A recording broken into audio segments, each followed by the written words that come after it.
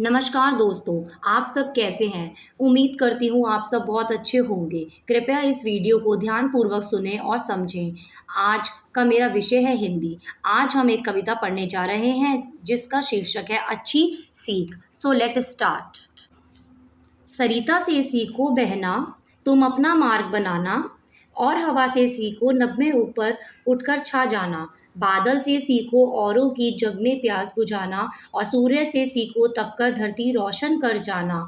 मछली से सीखो उल्टी धारा में लड़कर बह जाना। मोती से सीखो तुम गहरे अंधकार में पल जाना। किसी दुखित प्राणी पर कोमल माखन जैसे गल जाना। कैसे भी दुर्दीन आए तुम पानी जैसे ढल जाना। अंधकार आए तो नन्हे दीपक जैसे लड़ जाना। अत्याचार अनीति जहाँ हो पर्वत जैसे डट जाना। औरों के हित पेड़ों जैसे मीठे मीठे फल दे। मरकर भी तुम कीर्ति गगन पर अपनी लीला मल जाना। यह कविता घनश्याम कुमार देवांश के द्वारा लिखी गई है।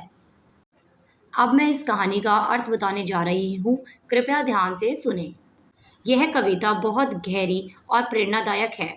इसके माध्यम से हमें अनेक महत्वपूर्ण संदेश मिलते हैं। धरती से सीखना और अपना मार्ग चुनना और दूसरों की सहायता करना जीवन के मूल्यवान सीख सिखाता है। यह कविता सच में जीवन के मूल्यों को समझाने में मदद कर सकती है। हमें दूसरों की मदद करनी चाहिए और सहायता करनी चाहिए। जैसे इस कविता में बताया गया है कि किस तरह से जो नदी है, नदी किसे कहा गया है? सरिता को। कि नदी कैसे अपना रास्ता बनाती है, हवा कैसे नभ माने आसमान को छू जाती है, कैसे बादल जो है लोगों की प्यास बुझाते हैं बारिश करके, ठीक है, सूरज कैसे धरती पर रोशनी फैलाता है। हमें इन लोगों से सीखना चाहिए, अच्छी सीख हमें सीखनी चाहिए, किस तरह से हमें लोगों की मदद करनी चाहिए। मछली जो है धारा में लड़कर बह जाने से क्या करती है? अपने आप को बचाती है, उल्टा हो जाती है ताकि वो बह जाए, ठीक है, लड़ती है। मोती से सीखना चाहिए किस तरह से वो गहरे अंधकार में भी पल जाता है। किसी दुखी प्राणी से हमें सीखना चाहिए जिसके पास बहुत दुख है, हमें ये सीखना चाहिए कि वो किस तरह से अपने आप को उस दुख से उभारता है, ठीक है।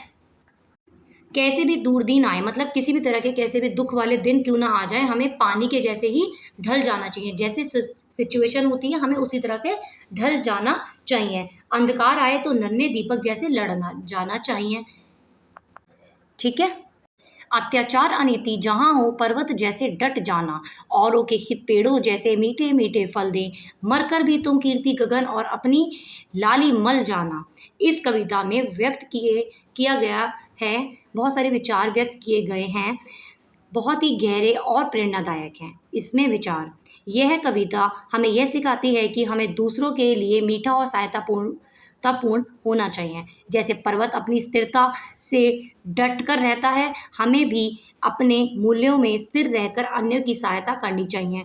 और इसके साथ हमें यह भी याद दिलाती है कि हमें अपनी कीर्ति के लिए नहीं बल्कि दूसरों की मदद के लिए काम करना चाहिए। इस कविता से हमें ये सीखने को मिलता है कि हमें हमेशा दूसरों की सहायता करते रहना चाहिए। आई होप ये वीडियो आपको पसंद आई होगी, समझ भी आई होगी। Please do like, share and subscribe my YouTube channel.